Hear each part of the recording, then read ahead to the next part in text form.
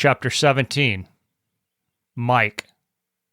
Mike's radio crackled with the sound of Rostam's voice. He glanced down at the Sunto core on his wrist and saw it was 10:30 hours. The brothers couldn't have reached the OP yet, he thought. "Mike, are you there?" Rostam's voice sounded tense. "What's up?" Mike replied, using plain English. He had not been afforded the time to school the brothers on proper radio etiquette. 6 dudes moving into town. We're following them. I think they're headed towards City Hall." Mike's heart rate spiked. 6 men was most likely half the element they were trying to eliminate. If they were headed to City Hall, that meant the leader was with them.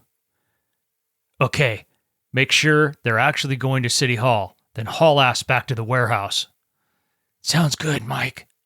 Mike cringed at the sound of his true name being broadcast over the open airwaves. He was sure some enemy nerd was capturing and decrypting every word being said. Now was not the time to worry about being doxxed.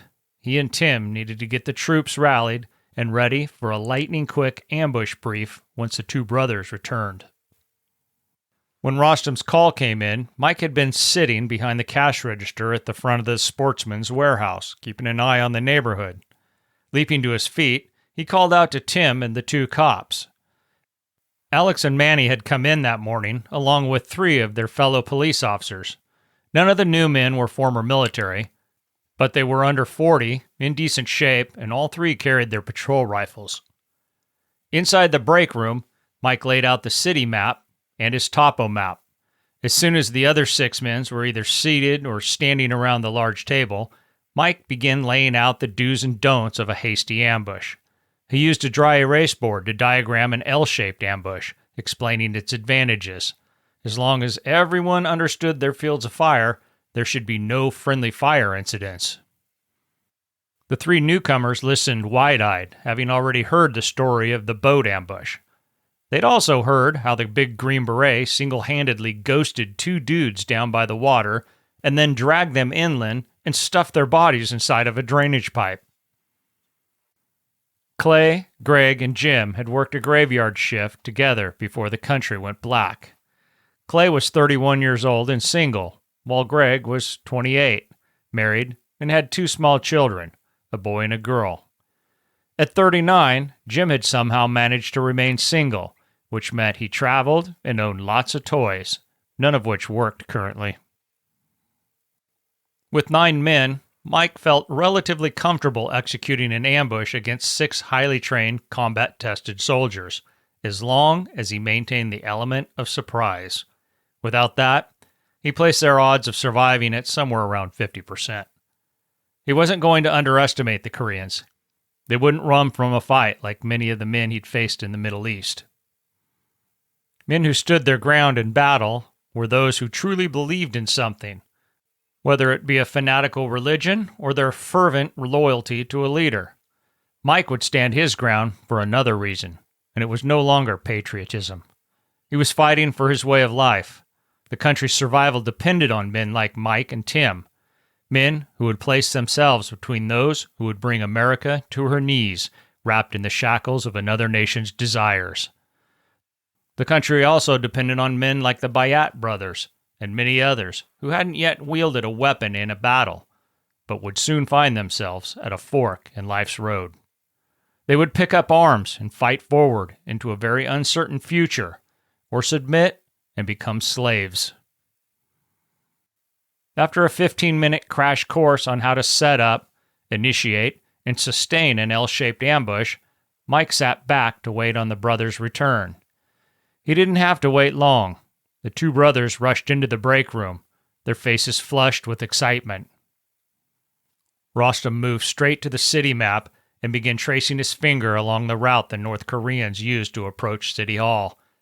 "We spotted them coming under the highway here." He tapped his finger on the spot where Petaluma Boulevard passed under Highway 101. "As soon as they were past the highway, they started using side streets, moving pretty carefully. Darren and I were up in the hills already, and they never really looked up that way. They seemed more worried about staying off the main road." He again drew his finger along a road line on the map. "Yeah, They'll want to avoid people as much as possible, Mike mused out loud. He studied the map, realizing the north side of Petaluma Boulevard was bordered by mostly commercial, blue-collar type businesses that were backstopped by the slough. If the soldiers used the north side of the road, they'd be hemmed in if confronted. Mike was almost positive the North Koreans would return using the same route they'd taken into the city. With the slough acting as a barrier to the east, the enemy didn't have many options. Here's what we're going to do, fellas. Tim is going out there and get eyes on City Hall. When these bastards head out, he can let us know which streets we'll need to set this ambush up on. Mike ran a finger along one of the side streets to show the group how he wanted the ambush positioned. I want all my cops on the west side of this ambush. You'll make up the long part of our L. Frank and Jesse James here, he glanced over at the Bayat brothers. You guys will be on the north side and will make up the little part of our L, with your backs to City Hall. I'll be with you, so listen to my commands. I don't want Tim getting fragged when he comes in to join the fun. Alex caught Mike's eye and hesitantly raised his hand to his chest. What's up? Mike asked. What if these guys don't go the way you think they're gonna go? Mike chewed the inside of his lip, thinking. Then we adapt and overcome. I just want you all to understand the makeup of this ambush formation. If you all get it, then we should experience very few issues picking the whole operation up and dropping it into place ahead of wherever these guys are headed. There were several nods of agreement and understanding from around the table as the men processed the information Mike was conveying to them. Mikey, I'm going to bounce now so we don't miss these dudes, but I need my radio, Tim murmured. Darian relinquished the radio, and Tim left the group seated around the table. Mike looked around the room at all the fresh and mostly inexperienced faces and wondered how in the hell he'd got himself into this situation. Then he almost laughed as he remembered the Army recruiter and the day he'd signed up to go to boot camp. That was how he found himself here now. He'd fallen for the be-all-you-can-be slogan.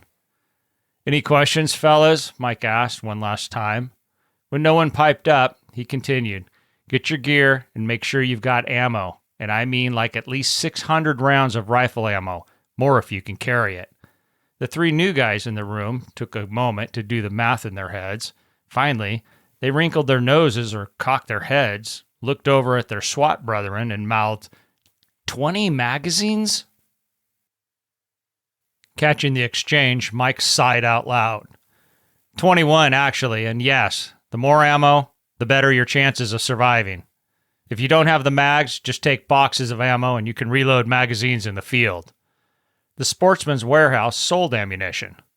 This seemed like a miracle in Mike's opinion, considering the oppressive campaign the state of California ran against guns, ammunition, and those who bought and sold them. He secretly wished to meet the owner of the store one day and shake the man's hand for standing up against California's onslaught against these things. It certainly was helping their mission. Inside Roberta's office, G went over what he needed and or expected from the city's officials, including the tardy police chief. He was agitated by the man's absence, and Roberta could see it. When he asked for the third time when clarity was coming in, she became annoyed. Like I said the first 2 times you asked that question, I expected him in this morning. Now, I just don't know. G smiled, but the shape of his mouth looked more like a snarl as he leaned forward and rested a hand on her desk. If your policeman is planning something in the way of thwarting my efforts to assist your people, this will not go well, he warned. Roberta snorted, but refrained from laughing outright at the thought of Randall Clarity doing any such thing. Randall is all about himself. I doubt he's out doing anything other than making sure he's taken care of. G studied Roberta's face, searching for any micro-indication she might be lying to him, but found nothing in her expression to suggest she was telling him anything but the truth. He heaved a heavy sigh as he swung his day pack off his shoulder.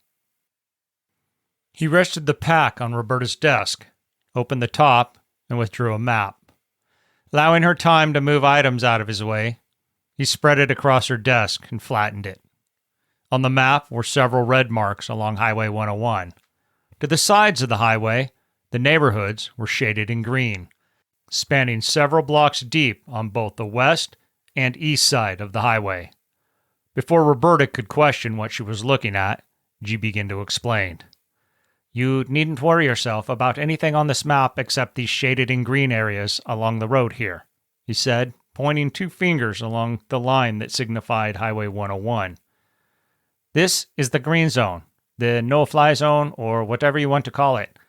I will need your policeman's help moving anyone living in houses in this green zone to relocation spots.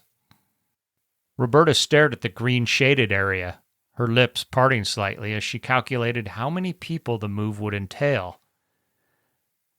That's hundreds, no, thousands of people living in those shaded areas. How are we supposed to... She stopped, putting her hand to her chest. Where am I supposed to put all these people?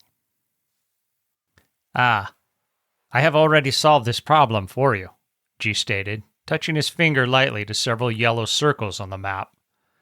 The yellow circles ranged from schools to churches and even a golf course clubhouse. Let me be clear about this portion of my humanitarian mission, Mrs. Maddox, G cajoled. His voice was neither menacing nor loud, but the absence of niceties was clear. Anyone found in the green zone when my convoy comes through will be considered hostile and dealt with accordingly. As Roberta studied the map more closely, even with her sophomoric understanding of maps and tactical standoff distances, she understood what the North Korean was doing. He wanted a clear path where no person could take harassing shots at his people from their homes or neighborhoods.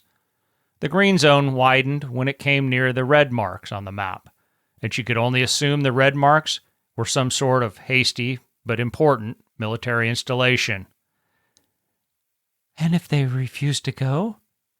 Make them leave, Roberta. Their lives depend on your power of persuasion, he said, his smile fading, replaced by a pinched-lipped, rigid expression she hadn't seen on his face before that day. I will find Randall and have him inform the people in the green zone. May I keep this map? G pushed the map toward her as he got to his feet. Remember, you don't have much time. Without further conversation, he turned and strode out of her office. He moved through the building, avoiding the lobby as he gathered his men and proceeded to a side door that led to Bassett Street. The 6 men moved quickly, wanting to distance themselves from the crowd that still milled out in front of City Hall. Tim made his way towards City Hall, careful to use streets several blocks further west than the ones Rostam indicated the North Koreans used. When he was 6 blocks from his target, he turned towards English Street and moved up the sidewalk. A few people out in their yards cast wary looks at the grungy Green Beret as he passed. He gave them what he hoped was a reassuring nod. It was all so weird, he thought, sneaking about the streets like he was, armed and carrying a full load out.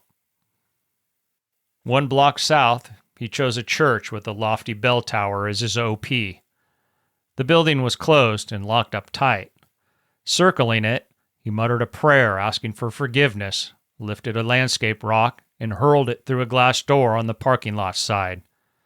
He rushed into the structure, weapon held out in front of him, his breath coming fast as his adrenaline spiked. He moved through the hallways towards the tower until he came to a door marked Maintenance Entrance.